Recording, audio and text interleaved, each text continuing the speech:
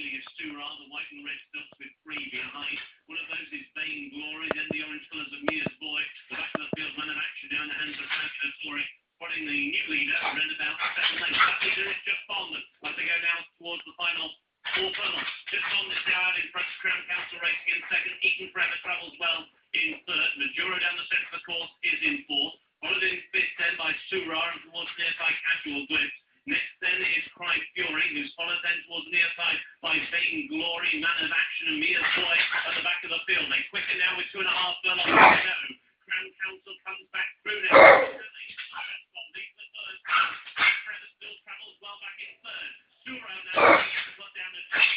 Majuro is over on the far side there, well back down as they race down to the final furlong. The sprint is on. Crown Council taking on East Forever. On the far side is Surah. Mia's Boy is trying to take up. Casual Glimpse is towards the near side together with Man of Action. Man of Action, Frankie Torrey at the near side with Eaton Forever. Mia's Boy and Surah with Frankie Torrey and Man of Action. Eaton Forever was second, maybe